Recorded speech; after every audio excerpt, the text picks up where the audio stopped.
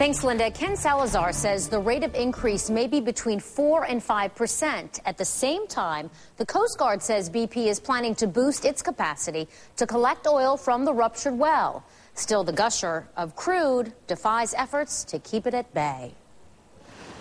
Beachgoers along Florida's western panhandle saw the first warning signs late yesterday, telling them not to swim or fish. We're looking at what's happening in the Gulf with deep concern, and that's going to put more additional pressure on Congress to work with states and the administration to help deal with this tragedy and this crisis. BP insists its containment ship is preventing 15,000 barrels a day from leaking into the Gulf.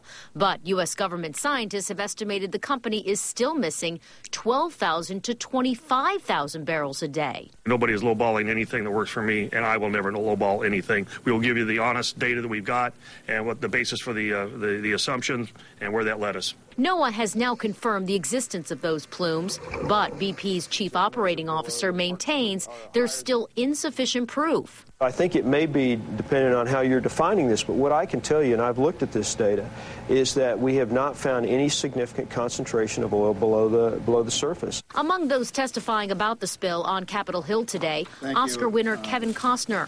Costner and his brother, who's a scientist, have spent years developing a device they say can separate oil from water. Our machine is the right machine to take on this challenge at this moment.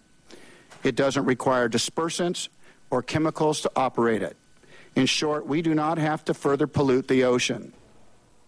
Today, Admiral Allen also said by next week, BP's containment ship would be able to collect as much as 28,000 barrels of oil per day. That's nearly double what BP is pulling in right now. Linda, Jameson, back to you. Thank you, Wendy. Well, we've all seen images of the oil slick floating on the surface of the Gulf of Mexico. Yeah, but now an Associated Press team is diving into the plumes to bring us a view like none other.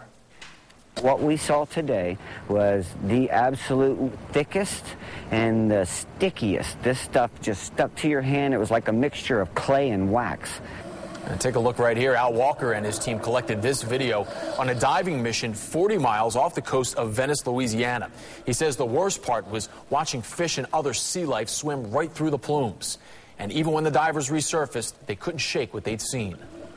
It didn't matter how we cleaned. We literally had to scrape the stuff off to get it back to thin layers on my skin, and then we were barely able to wash it off. NOAA has now confirmed the existence of those plumes as far as 142 nautical miles away from the leak site, and Walker believes the situation is not getting any better.